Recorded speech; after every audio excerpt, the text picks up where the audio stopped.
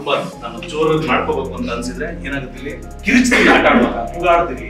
ಆ ಕೂಗಾಡುವಾಗ ಧ್ವನಿನೂ ಬೇರೆ ತರ ಬದಲಾಗ್ತಾ ಹೋಗುತ್ತೆ. ಇದೆಲ್ಲವೂ ಕಂಪ್ಲೀಟ್ ಆಗಿ ಒಂದು ಆಟ ಆಡೋದ್ರಿಂದ ಇಷ್ಟೆಲ್ಲ ಬೆನಿಫಿಟ್. ಹಂಗಾಗಿ ನಾವು ಆಟ ಆಡ್ತೀವಿ. ಏನಿಲ್ಲ ಒಂದ್ಸಲ ಮಾಡ್ತೀರಿ ಪಾಪ, ಒಂದ್ಸಲ ನಿಮ್ಗೆ ಲಾಸ್ಟ್ ನೋಡೋಣ. ಸೈಲೆನ್ಸ್ ಸೈಲೆನ್ಸ್ ಇಮಿಡಿಯೇಟ್ ಬರ್ಬೇಕು ನೀವು. ಸಾಕು ಸಾಕು ಸಾಕು. ರಂಗನಾಟಕ, ಸೂತ್ರಧಾರಿ, secret, the power of mouth, ಇನ್ನೊಂದು 3-4 ಓದ್ತಾ ಇದ್ದೀನಿ. ಆಗುತ್ತಾ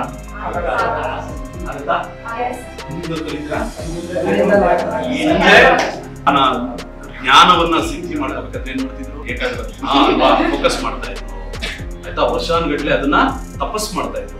ಆಕ್ಟಿಂಗ್ ಅನ್ನೋದು ಹಂಗೇನೆ ಒಂದ್ ರೀತಿ. ನೀವು ಆಕ್ಟಿಂಗ್ ಬಂದಿದ್ರೆ ಡೈರೆಕ್ಷನ್ ಎಷ್ಟು ಜನ ಬಂದಿರ್ಕೆ ಆಯ್ತಾ. ಆಕ್ಟಿಂಗ್ ಆಗಲಿ ಡೈರೆಕ್ಟರ್ ಆಕ್ಟರ್ ಅದು ಸುಲಭ ನೋಡಿದ್ರೆ ಡೈರೆಕ್ಟರ್ ತುಂಬಾ ಕೆಲಸ, ಎಲ್ಲ ಜವಾಬ್ದಾರಿ ಡೈರೆಕ್ಟರ್ ತಲೆ ಮೇಲೆ. ಹಂಗಾಗಿ ಆಕ್ಟಿಂಗ್ ಅನ್ನೋದು ಒಂದಿನದಲ್ಲೆಲ್ಲ ನೀವು ಮಾಡ್ತೀವಿ, ಒಂದಿನದಲ್ಲೆಲ್ಲ ಮಾಡ್ತೀವಿ, ನಾಳೆ ತೆರಿಗೆ ನಾವು ಸ್ಟಾರ್ ಆಗ್ಬಿಡ್ತೀವಿ ಅನ್ನೋ ಮನಸ್ಥಿತಿ ಇಟ್ಕೊಂಡು ಯಾರು ಇಂಡಸ್ಟ್ರಿ ಕಲೀರಿ. ಇನ್ಸ್ಟಿಟ್ಯೂಟ್ಗಳಲ್ಲಿ ಈಗ ಒಂದೊಂದು ಈಗ ಬಹುಶಃ ಇವ್ರದೇ ಕೋರ್ಸ್ ಇದೆ ಅಂತ ಒಂದು ತಿಂಗಳು ಕೋರ್ಸ್ ಮಾಡ್ತಾರೆ. ಈಗ ನಿಮ್ಗೆ ಆಸಕ್ತಿ ಇದ್ರೆ ಕಲಿಬೇಕು ಅಂತ ಇಲ್ಲೇ ಕಲೀರಿ. ಇಲ್ಲಿಂದ ಆಚೆ ಬೇರೆ ಬೇರೆ ಸಿನಿಮಾಗಳನ್ನ ಮಾಡಿ, ಸೀರಿಯಲ್ಗಳನ್ನ ಮಾಡಿ, ಬೇರೆ ಬೇರೆ ತರ ಇವೇ ಶಾರ್ಟ್ ಮೂವಿಗಳನ್ನ ಮಾಡಿ, ಇದೆಲ್ಲ ತುಂಬಾ ಬ್ಯಾಚ್ಗಳು ಬಂದಿದ್ದಾರೆ, ಮಾಡಿದ್ದಾರೆ.